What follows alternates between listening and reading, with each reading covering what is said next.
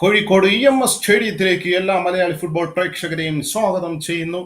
Elite Kerala premier league 2024-2025 സീസണിലെ match number 74 real Malabar FC നേരിടുന്നു Gokulam Kerala FC. Real Malabar FC Kondotty Gokulam Kerala FCയുടെ ടച്ചോടുകൂടി ഇന്നത്തെ ഈ മത്സരം ആരംഭിക്കുമ്പോൾ എത്തുന്നത് വിജയം തുടരാൻ ഗോകുലം കേരള FCയും വിജയ വഴിയിൽ തിരിച്ചെത്താൻ റിയൽ മലബാർ FC കൊണ്ടോട്ടിയും. മത്സരത്തിന്റെ തുടക്കത്തിൽ തന്നെ മികച്ച അറ്റാക്കുകളിലൂടെയും കൗണ്ടർ അറ്റാക്കുകളിലൂടെയും മികച്ച കളി ആവർത്തിക്കാനാണ് റിയൽ മലബാർ FC കൊണ്ടോട്ടിയുടെ മുന്നേറ്റം. ആൻഡ് നല്ലൊരു അവസരമാണ് ഗോകുലം കേരള FCക്ക് മത്സരത്തിന്റെ തുടക്കത്തിൽ, അതായത് 1 മിനിറ്റ് പൂർത്തിയാകുന്നതിന് മുൻപ് തന്നെ പെനാൾട്ടി ഏരിയയ്ക്കുള്ളിൽ വന്ന് കട്ട് ചെയ്ത് പാസ് കൊടുക്കാൻ രാംകോ കേരള പ്രീമിയർ ലീഗിൽ 2-3 ഗോളുകൾക്ക് റിയൽ മലബാർ FC കൊണ്ടോട്ടിക്ക് ഗോകുലം കേരള FCയെ പരാജയപ്പെടുത്താൻ കഴിഞ്ഞിരുന്നു. അതിന്റെ ആത്മവിശ്വാസത്തിലാണ് ഇന്നേ ദിവസം മത്സരിക്കാനായി എത്തിയിരിക്കുന്നത്. നന്ദു കൃഷ്ണ നല്ല രീതിയിലുള്ള റിസീവിംഗ് ആൻഡ് നന്ദു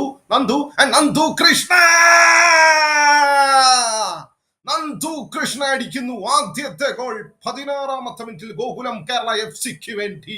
ഈ ലീഗിലെ തന്നെ ഏറ്റവും മികച്ച ഗോളായി മാറാനുള്ള സാധ്യത അവിടെ കാണുന്നുണ്ട്. ഈ ഒരു ഗോളിന്റെ പേരിൽ നന്ദു കൃഷ്ണക്ക് എന്തായിരുന്നാലും സന്തോഷിക്കാം. 16ാമത്തെ മിനിറ്റിൽ ഗോൾ കണ്ടെത്തിയതിനെ തുടർന്ന് ബിലാൽ ബ്ലോക്ക് ചെയ്യുന്നുണ്ട്. വീണ്ടും റിയൽ മലബാർ FC കൊണ്ടോട്ടിയുടെ മുന്നേറ്റമാണ്. ആൻഡ് നല്ലൊരു ചാൻസ് ആണ്. ക്രോസ് ബാർ വില്ലൻ ആവുകയാണ് റിയൽ മലബാർ FC കൊണ്ടോട്ടിയുടെ മുന്നിൽ.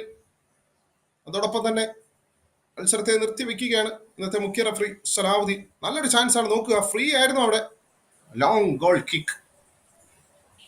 ആ ലോങ് ഗോൾ കിക്കോട് കൂടി 1ാം പകുതിയുടെ വിസിൽ വന്നിരിക്കുന്നു. എതിരില്ലാത്ത ഒരു ഗോളിന് ആദ്യ പകുതി സ്വന്തമാക്കാൻ ഗോകുലം കേരള FCക്ക് കഴിഞ്ഞിട്ടുണ്ട്. റിയൽ മലബാർ FC കൊണ്ടോട്ടിയുടെ ടച്ചോടുകൂടി 2ാം പകുതി ആരംഭിക്കുകയാണ്.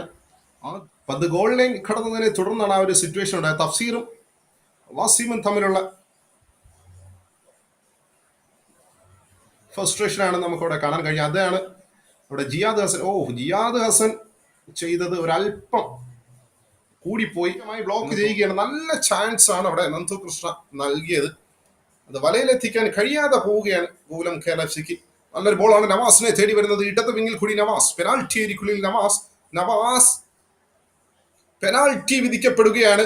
ഞാൻ ഓൾറെഡി സൂചിപ്പിച്ചു കഴിഞ്ഞു നവാസിനെ പറ്റി. നവാസിന്റെ ഗോൾ കണ്ടെത്താൻ, അതായത് പെനാൽറ്റി നേടിയെടുക്കാൻ കഴിഞ്ഞത് ഗോൾ കണ്ടെത്താനല്ല, അവിടെ ഒരു മഞ്ഞക്കാർഡ് കൂടി ലഭിക്കുകയാണ്. അൺസ്പോർട്ടിംഗ് ബിഹേവിയറിന്റെ പേരിൽ എനിക്ക് 2ാമത്തെ യെല്ലോ കാർഡ് ചുവപ്പ് കാർഡായി മാറിയിരിക്കുകയാണ്. അനാവശ്യമായ തർക്കത്തിനെ തുടർന്നാണ് തന്നെയാണ് പെനാൽറ്റി കിക്ക് ലഭിക്കുന്നത്. And goal number 1 real Malabar FC Kondotty ആദ്യ ഗോൾ നേടുകയാണ് 80ാമത്തെ മിനിറ്റിൽ. ആഷിഫിലൂടെ മലപ്പുറത്തിന്റെ മണ്ണിൽ നിന്നും കോഴിക്കോടിന്റെ മണ്ണിൽ വന്ന് ഒരു ഗോൾ കണ്ടെത്തുകയാണ് ആഷിഫ്. നിന്നും പാസ് റിസീവ് ചെയ്തുകൊണ്ട് മുന്നോട്ട് പോകാനുള്ള തയ്യാറെടുപ്പിലാണ് ദിൽഷാദിൽ നിന്ന് വീണ്ടും തഫ്സീറിന്റെ മുന്നേറ്റമാണ്. ഒരു ഗോൾ കൂടെ കണ്ടെത്തി കഴിഞ്ഞാൽ ഈസി ആയിരിക്കും. Beautiful real Malabar FC Kondotty 2ാമത്തെ ഗോൾ നേടിയിരിക്കുകയാണ് ആഷിഫ്. എന്തായിരുന്നാലും തകർപ്പൻ പ്രകടനമാണ് നവാസ് വന്നതിന് ശേഷം റിയൽ മലബാർ FC കൊണ്ടോട്ടി നടത്തിയിരിക്കുന്നത്. ഈ മത്സരത്തിൽ നിർണായകമായ പ്രകടനം നടത്തിയിരുന്നു.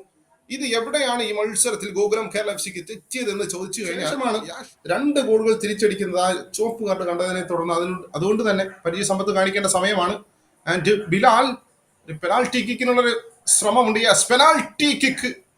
പെനാൽറ്റി കിക്കിലേക്ക് കൈ ചൂണ്ടുകയാണ് ഇന്നത്തെ മുഖ്യ റഫറി സലാവുദ്ദീൻ. കേരള FC അന്ത് വലയിലേക്ക് എത്തിക്കാൻ കഴിഞ്ഞാൽ സമനില പാലിക്കാൻ കഴിയും. 10 പേരുമായി ചുരുങ്ങി കളിക്കുകയാണ് Gokulam Kerala FC. And goal keeper save ചെയ്തിരിക്കുകയാണ്. ഗോൾ കീപ്പറുടെ പരിചയ സമ്പത്ത് ഇവിടെ പുറത്തെടുക്കുകയാണ് മാജിദ്. വെൽ എക്സ്പീരിയൻസ്ഡ് കീപ്പർ കൂടിയാണ്. റിയൽ മലബാർ FCയെ രക്ഷിക്കുകയാണ്. വീണ്ടും റിയൽ മലബാർ FC കൊണ്ടോട്ടി ആ ഒരു സിറ്റുവേഷനിലോട്ട് പോകുന്നതിന് മുൻപ് തന്നെ റഫറിയുടെ ഫൈനൽ വിസിൽ വന്നിരിക്കുന്നു. 1-2 ഗോളുകൾക്ക് റിയൽ മലബാർ FC കൊണ്ടോട്ടി ഈ മത്സരം വിജയിച്ചിരിക്കുന്നു.